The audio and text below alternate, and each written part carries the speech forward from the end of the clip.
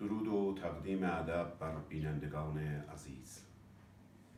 کیخسرو دهقانی هستم، پژوهنده شاهنامه سپند. به پاس زادروز آموزگار، مهریار مهرآفرین، چند پهلوی از کتاب ایران نامه سروده ایشان را پیشکش می کنم. به نام خداوند مهرآفرین، به نام خداوند ایران زمین، به نام خداوند مهر و خرد، خداوند فردوسی پاک دین.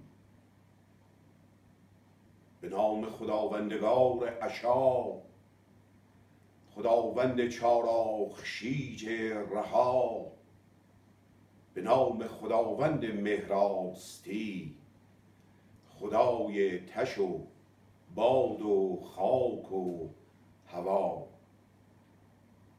به نام خداوند زرتشت پاک، خداوند گاتا، خداوند راک، خداوند ایرن، خدای ایران، خداوند ایران، خدای عراق.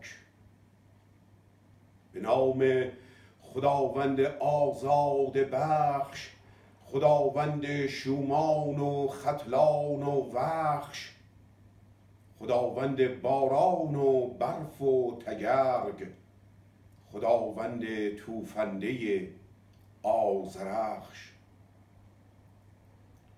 به نام خدانامه کیقباد، به نام درخت زریران راد، به فرنام آسورک پرفراز، به نام خداوند وندید داد.